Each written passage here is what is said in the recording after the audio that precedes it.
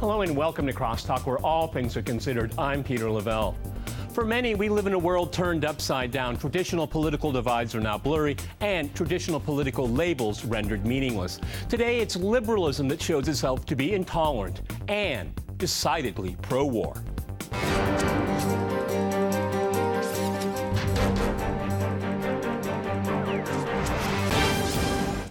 Cross-talking the liberal worldview, I'm joined by my guest, Sara Flounders in New York. She is co-director of the International Action Center, as well as an author and an anti-war activist. In Berkeley, we have John Walsh. He is a scientist, peace activist, and author of numerous anti-war publications. And in Tehran, we cross to Mohammad Marandi. He's an associate professor at the University of Tehran. All right, cross-talk rules in effect. That means you can jump in anytime you want, and I always encourage it. Let me go to Sara first in New York. There's a perception, and I essentially agree with it, that the left progressive now are actually more pro-war than the traditional right. I mean, I know that during different times in history, particularly in the United States, you'll have Democrats going to war. But I mean, this perception came out of the Vietnam War and its aftermath that the left was going to be more anti-war and the Republicans and people on the right are more pro-war. Now we have a flip-flop here. How do you account for that? Well, let me first say there's two political parties in the U.S. that dominate, and they're both for war. They're both for the expansion of NATO. They're both for sanctions. And that is the real problem, that there's an independent movement from below that's left, that's progressive, that's anti-war. There's a poll out Wednesday, February 23rd, that says 2/3 of the population in the U.S. is firmly against more war and is fearful in the next 4 years of a major war coming down. So that is a terrain today where the movement from below is completely at odds with both political parties, neither of them left, neither of them progressive. And the Democrats really are trying to cover their total collapse, both presidency and Congress, in state capitals across the country, and blame it on hacking from Russia, rather than seeing their own policies, really their own bankrupt policies that created this problem. And there's a huge movement coming from below. So you have a movement above. That's one thing. They're trying to administer an empire. You have a movement from below that's totally at odds from that. And seeing this as a real difference, there's a different terrain in the U.S. today. And I think we need to pay attention to just how sharp that difference is. Okay, John, both parties are out of touch with the population I would agree, of the U.S. and both parties like war. And I'd like to point out here, the mainstream media loves war even more. Right. Okay, John, in Berkeley, let me go to you. I mean, Sara kind of jumped to the chase on there, and I was going to talk a little bit later about bipartisanship. But that's one of the problems as well, is that there's no longer a foreign policy debate. There hasn't been one for a very long time now, because both parties are in unison. We have the deep state here, and we have a mainstream media that never says no to any conflict that comes its way. I mean, this is a stacked deck against efforts for more diplomacy in the world. Go ahead, John. Well, I know the conventional progressive view is that there is this movement from below, which is always struggling to break out. But I was just at a town hall meeting for Barbara Lee the other day in this district. This is Berkeley. Barbara Lee is probably maybe the best congressperson we have. It was attended by mostly, I would say, white liberals. There was a smattering of people of other races who are, many of them from the Vietnam era, many of them who were anti-war. And when the topic came up in the question and answer of impeaching Trump for his ties with Putin, the crowd went wild cheering. And the people I talked to there, they were very much in favor of confronting Putin as vigorously as possible. And when I said, well, this could lead to war, it didn't seem to faze them the least little bit. And I think we have to say that, that yes, in a sense, both parties are parties of war, but it's clear that in the last election, there was one candidate that was more bellicose than the other, and one candidate that was talking about getting along with Russia, which to me means survival. And I don't think when you're close to Holocaust, nuclear Holocaust, and I think we are, and many other people think we are because tensions are very high, when you dismiss that out of hand, I think that's pretty crazy. And I don't think you can just say that the two parties are equal anymore. Okay, let me go to Mohammad in Tehran. Mohammad, one of the reasons why I had you on, because, you know, we saw an election cycle in the United States. We saw a U.S. government and its foreign policy anti-Iran. We have a dramatic upset, a huge change, but the policies didn't change towards Iran. It didn't change towards Russia whatsoever. You know, the continuity is remarkable. You can have these amazing personalities and these really crazy, quirky elections, but at the end of the day, the deep state more or less has its control on things. A lot of it, the rest of it is just theatrics, you know? Go ahead, Mohammad. Well, I think one of the major problems, as your two guests rightly pointed out in their own way, is that the two parties are not really all that different. The Democrats and the Republicans have very similar economic policies. They're neoliberal, and they have very similar foreign policies. And their differences, I think, have more to do with identity politics. Although I'm simplifying, and it's a lot more complicated than that. But I think this is, to a degree, a reasonable simplification. And the problem is that neoliberalism is, I think, it encourages, it's linked to individualism and a sort of selfishness. People are out to make a quick buck, and the commodification of everything in society, including human beings, and so on and so forth. And in the past, liberalism has really emptied out the rest of the world. And the West really, at least the middle class, didn't face the suffering of neoliberalism. But now it's reached the United States and much of Europe, and we see the collapse of the middle class, because the neoliberals are basically out to make money. They're not there to make jobs for Americans or for Europeans. They're to make greater profit. So now the United States is facing a major crisis. And Trump took advantage of this nationalism and the issue of tariffs and bringing back jobs to America are a major reason why Trump won the election. But alongside that, and I think this is very much with the help of people like Bannon, the white nationalism has been advocated as well.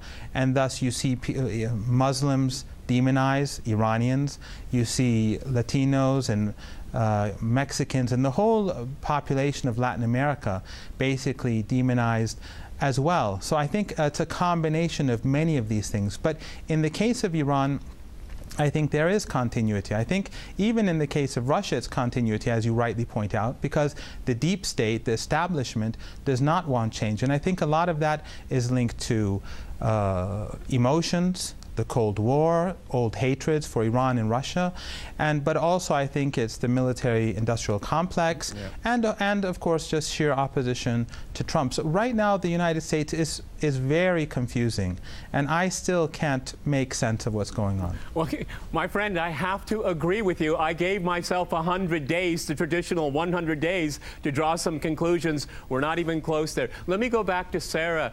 You know, again, this continuity here. What is interesting is that we have this career foreign policy establishment in Washington and their think tanks around them, and they're the last people that want to see change. I mean, all of them are very comfortable with their world view. Who's the enemy? Who could potentially be an enemy? I mean, it serves their even material interests here, and they do fear a multipolar world, because that would really upturn the apple cart, and that's something they do not want. Old stereotypes and old enemies suit their purposes. Go ahead, Sara. Well, very much they're interested in administering an empire that is in crisis, that's in decline, that's seriously decaying.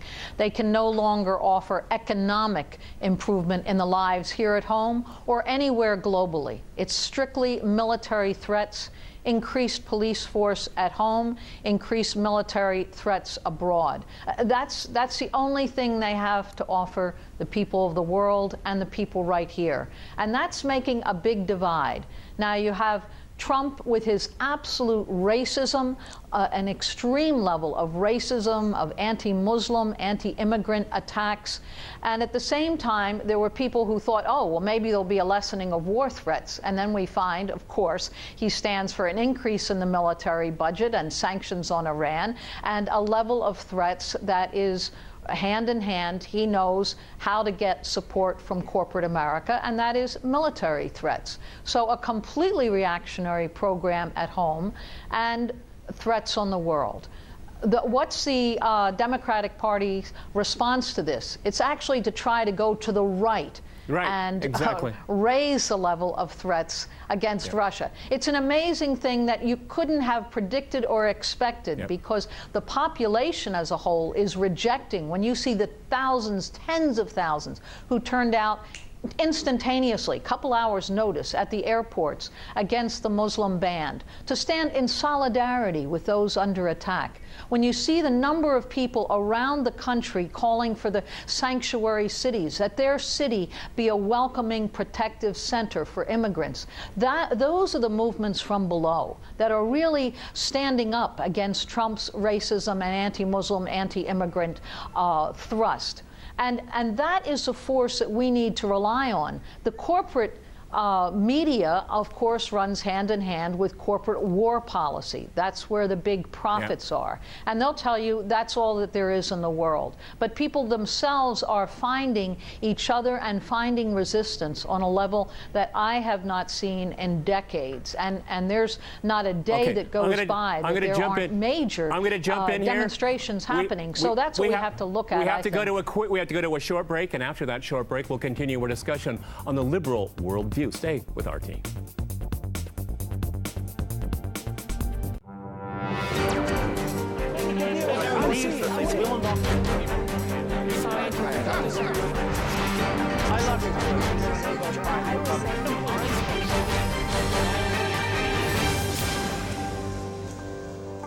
Welcome back to CrossTalk, where all things are considered. I'm Peter Lavelle. To remind you, we're discussing the liberal worldview.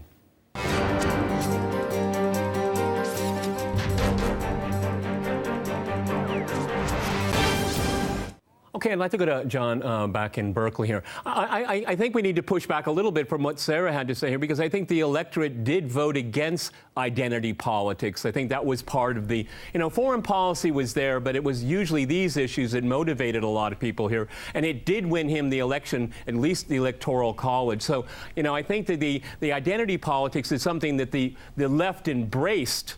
And instead of looking after the lower classes and the dispossessed and the weak, they embrace this, and I think this is what's pushed back against them in electoral politics, and not just in this election. Over the last few elections since 2008, including midterms and governorships, etc. Go ahead, John.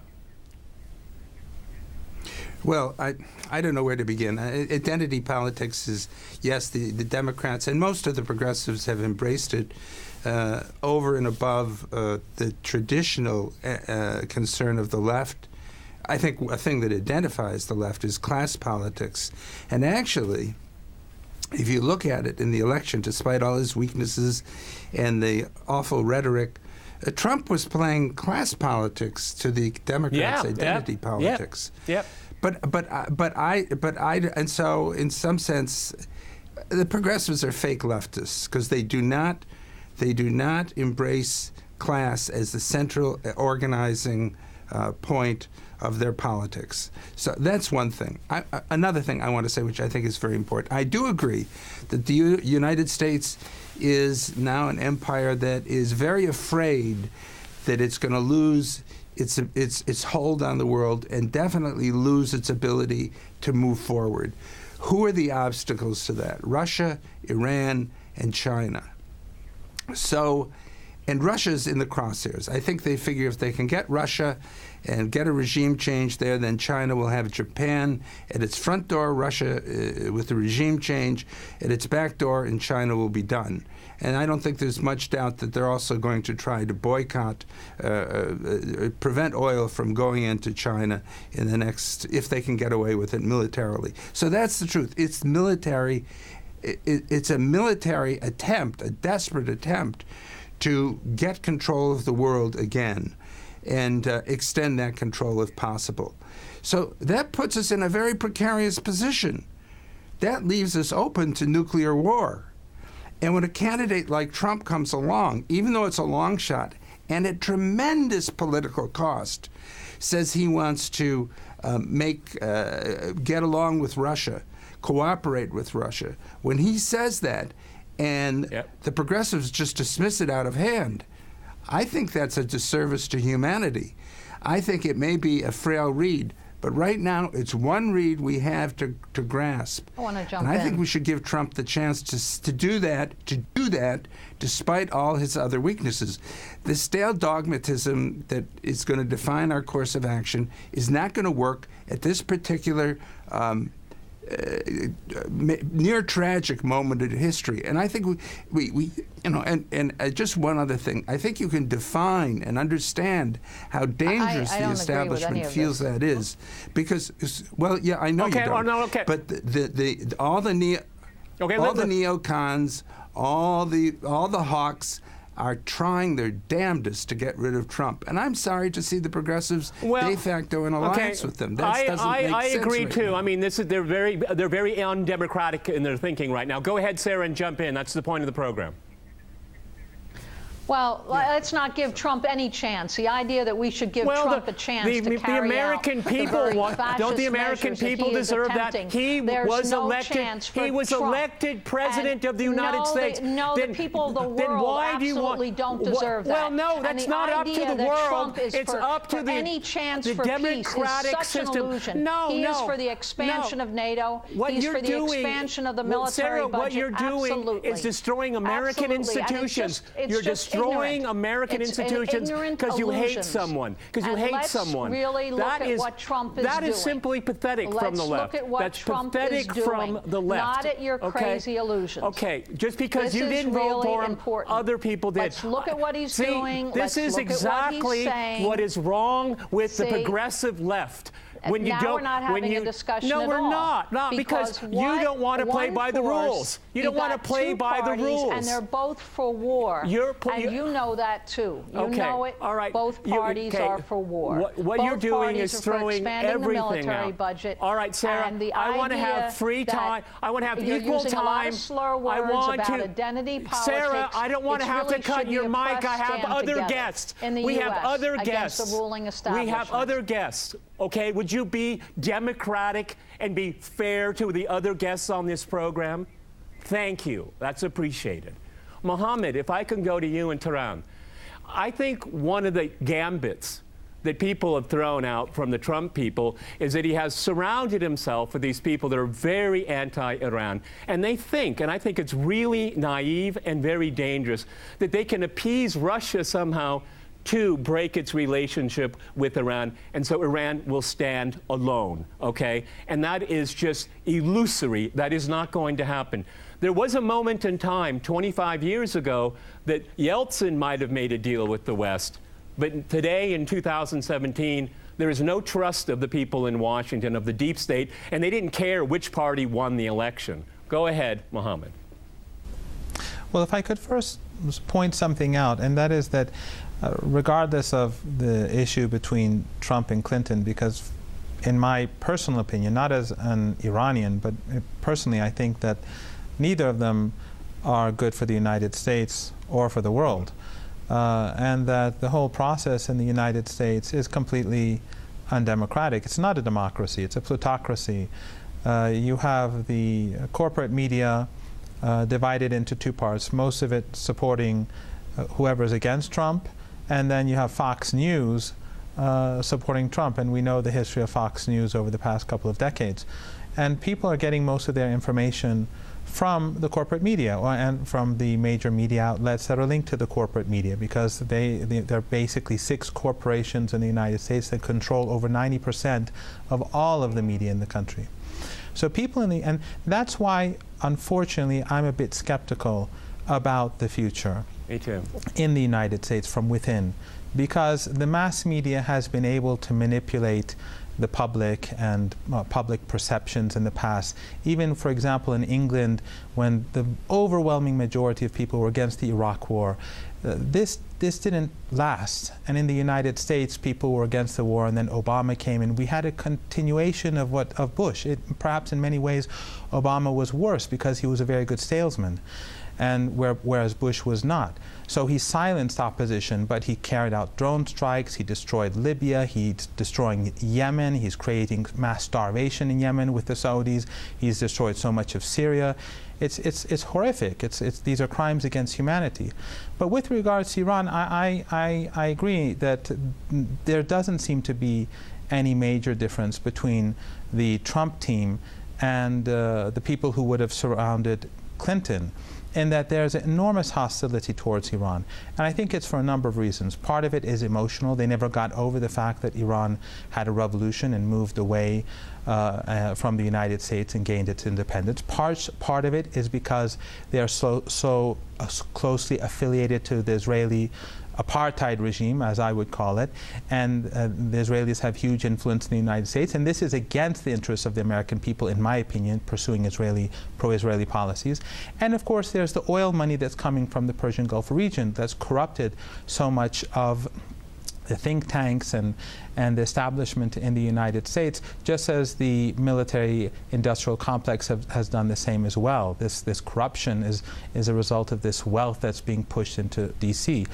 But I think at the end of the day, the Iranians are not looking to see who in Washington is going to make things better. The Iranians have pursued an independent foreign policy for 38 years. Yeah. In the case of Syria, for the last 6 years, the Iranians made sure that the Syrian government wasn't overthrown by the extremists that the United States and its regional allies were supporting, the Wahhabi extremists. And the irony is that right now Trump is actually speaking with the Saudis. And these are the Saudis are the same people who are promoting the Wahhabi ideology. So as I said at the beginning of the program, there's such confusion in the United States. Just like the fact that Trump is talking about nationalist economics, yet he's surrounded himself with people from Goldman Sachs. It's just utter confusion. We're running out of time here, and I want to ask John and Sarah. John first. Go ahead, and then what is the future of the anti-war movement? Go ahead, John, and then we'll go to Sarah. Go ahead. I'd just like to comment on Iran, because I think Mohammed made a lot of good points. One point, I think, is that détente with Russia is not possible with hostility toward Iran. Those two things are in conflict. And that is the hostility to Iran, which is really promoted by Israel. It's the Israeli influence in the U.S. Government and the whole of U.S., its culture and everything else. It is that hostility to Iran, which has to be, we have to get rid of it. Get over it. It has to be tempered. It has to be tamped down, and I think that this is a choice point for Trump. If he really does desire détente with Russia, I think he does, he has to change his opinion on Iran. There's no question about that. And I think that the real, if I may say so, wacko nutcase around him on Iran was Mike Flynn.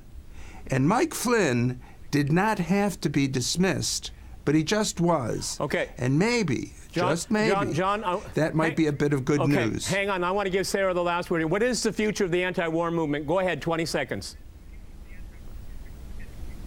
All right, I think the future of the anti-war movement is to absolutely realize that the two-party system is both for war, and the only way forward is an independent movement from below that welds together opposition to the war here at home and the wars abroad against all the countries of the world, and including in that the threats on Russia and China and Iran and of course Syria and Cuba and Venezuela, and talking about it also in solidarity with Standing Rock, with the Black Lives Matter movement right here. We've run out of time here. These are the movements we've got to pull together. At least on this point, I agree with Sarah. Okay. Many thanks to my guests in Berkeley, New York, and in Tehran. And thanks to our viewers for watching us here at RT. See you next time. And remember, CrossTalk rules.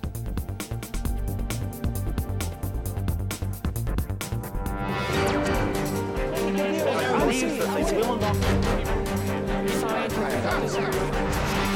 I love you.